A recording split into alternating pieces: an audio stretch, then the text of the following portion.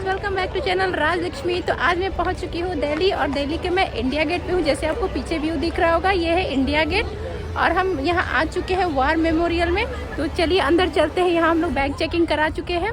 अब यहां से हम लोग जाएंगे अंदर। चलिए आपको दिखाती हूँ अंदर क्या है, तो ब्लॉग में एंड तक बने रहिएगा। और ये है इंडिया गेट, आपको मैं दिखा देती हूँ। ये पीछे का एरिया है, फ्रंट से हम लोग एंट्री किए थे, और यहाँ सुभाष चंद्र बोस जी की प्रतिमा है। तो चलिए, इंडिया गेट में कुछ खास नहीं है, बस वही जो गेट है।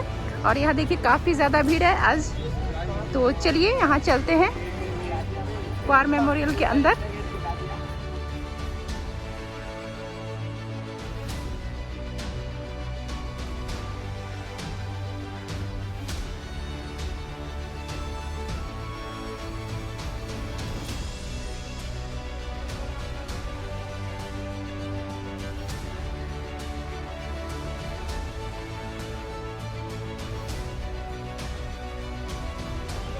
तो यहाँ चेकिंग करा के मैं अंदर आ चुकी हूँ। अब चलती हूँ अंदर, आपको दिखाती हूँ व्यू।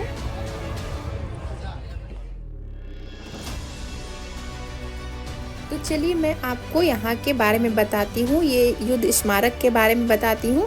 तो जैसे कि 2019 से पहले भारत में एक ही युद्ध स्मारक था, और वो था इंडिया गेट। जो इंडिया गेट की आप लंबाई की बात करें तो 143 मीटर ऊंचा है स्मारक। और इसमें जब ब्रिटिश सरकार ने प्रथम विश्व युद्ध किया था, अफगानी मारे गए थे इसमें, अफगानी सैनिक, तो उनकी याद में ये 1931 में इसका निर्माण किया गया था। यहाँ कुल 13,300 भारतीय और अंग्रेजी सैनिकों का नाम अंकित है। और जो 1961 में भारतीय सेना ने एक सरकार से मांग रखी कि हमारा एक अलग युद्ध स्थल होना चाहिए, तो अलग हमारा स्मारक होना चाहिए। तो फिर 1972 ईस्वी में जो तत्कालीन प्रधानमंत्री श्रीमती इंदिरा गांधी जी थी, उन्होंने 1971 यानी 1971 के युद्ध में मारे गए भारतीय सैनिकों की याद में यहाँ पर अमर जवान ज्योति प्रज्वलित कराई। लेकिन फिर भी भारतीय कहा था कि हमारा अपना केंद्रीय स्थल होना चाहिए। तो आखिरकार 2015 में मोदी सरकार ने, यानी श्री प्रधानमंत्री नरेंद्र मोदी जी ने राष्ट्रीय समर स्मारक नेशनल वार मेमोरियल की परिक्रमा की, और फाइनली 25 फरवरी 2019 को पीएम मोदी ने इसको राज्य को समर्पित कर दिया। जो शहीद हो गए थे उन्हीं के लिए स्मारक बनाई। यह युद्ध स्मारक जो है वो 40 एकड़ में फैला हुआ है, और इसको मतलब मुख्यतः 4 भागों में विभाजित किया गया है, जैसे अमर चक्र, त्याग चक्र, वीरता चक्र और रक्षक चक्र। तो चलिए मैं आपको सबके बारे में बताती हूँ, अमर चक्र क्या है, त्याग चक्र क्या है। तो चलिए आगे ब्लॉग में देखते रहिए। तो ये रहा अमर चक्र, यानी इसमें जो अमर जवान ज्योति है, ज्योति को प्रदर्शित करता है। इसका कहने का मतलब ये हुआ कि जिन शहीदों ने मतलब अपना बलिदान दिया है, उनकी स्मृति को हम यहाँ संजो के रखे हुए हैं, तो इसलिए ये अमर चक्र इसको बोलते हैं। और ये है वीरता चक्र, इसमें युद्धों की गाथा को रुचिकर ढंग से दर्शाया गया। इसमें जैसे लोंगेवाला युद्ध, गंगा सागर का युद्ध, इसके बारे में यहाँ चित्र प्रदर्शन किया गया है, और इसमें दिखाया गया है कि कैसे युद्ध हुआ था और क्या क्या इसमें यूज़ हुआ था। तो यहाँ देखते हैं बैटल ऑफ लोंगेवाला। तो ये आप सामने से देखिएगा तो ये बहुत अच्छा लगेगा, और आपको समझ में आएगा कि युद्ध कैसे हुआ था, क्या हुआ था। तो उसके बारे में नीचे यहाँ लिखा हुआ भी है। यहाँ देखिए गंगा सागर की लड़ाई के बारे में बताया गया है।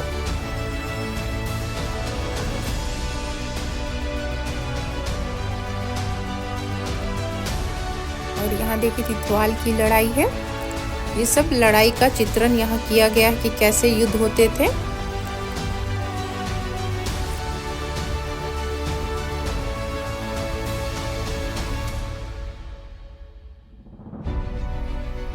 और यहाँ रेजांगला की लड़ाई।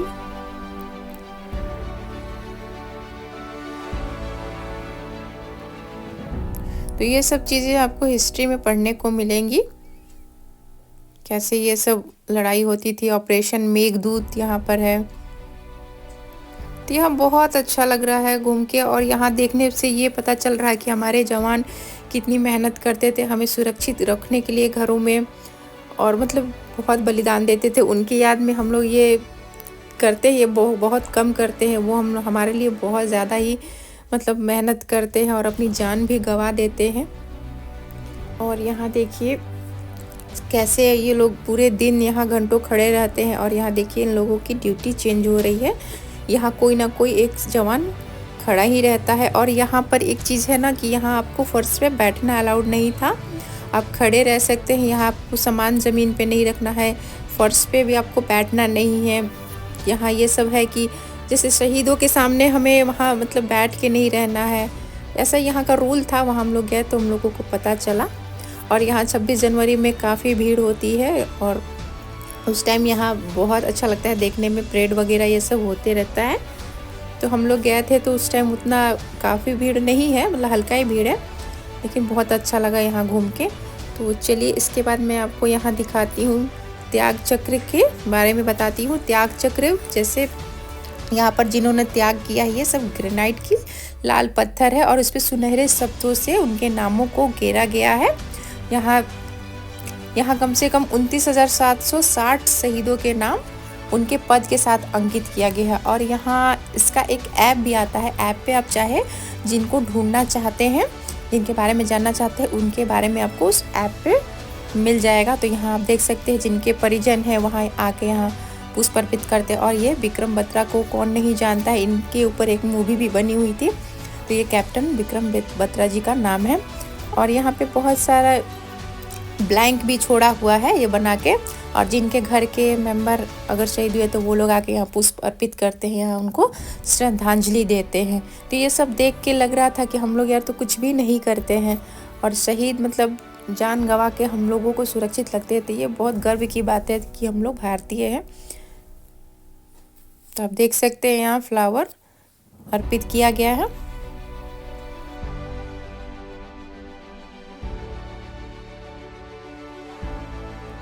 और चौथा चक्र है जो संपूर्ण युद्ध स्मारक को हरियाली के पथ पर और जल से सुसज्जित कर रहा है, रक्षक चक्र। इससे हमें ये संदेश मिल रहा है कि भारतीय सेना के जवान हर पल हर क्षण हमारी सुरक्षा के लिए प्रतिबद्ध है। तो यहाँ आप डिजिटल श्रद्धांजलि भी आप दे सकते हैं। अगर आप जवान हैं तो आप उनको सैल्यूट कर सकते हैं, अगर आप नॉर्मल हैं तो यहाँ से देखिए यहाँ पे डिजिटल आप श्रद्धांजलि उनको अर्पित कर सकते हैं। तो पूरा हम लोग घूम चुके हैं और यहाँ घूमने के बाद एहसास हुआ कि कितने सिपाही, कितने फौजी है जो देश की रक्षा के लिए शहीद हुए हैं। बहुत सारे कैप्टन, सभी का नाम यहाँ लिखा हुआ है। बहुत सारा भी ब्लैंक भी छोड़ा हुआ है और जिनके घर से रिलेटेड है वो लोग आके यहाँ पुष्प अर्पित भी किए हैं। और यहाँ बहुत अच्छा लगा घूम के। और ये पीछे आपको इंडिया गेट दिख रहा होगा, तो ये इंडिया गेट के जस्ट पीछे ही है। तो चलिए ब्लॉग को यही एंड करती हूँ। कैसा लगा ब्लॉग जरूर बताइएगा। तब तक के लिए जय हिंद, जय भारत।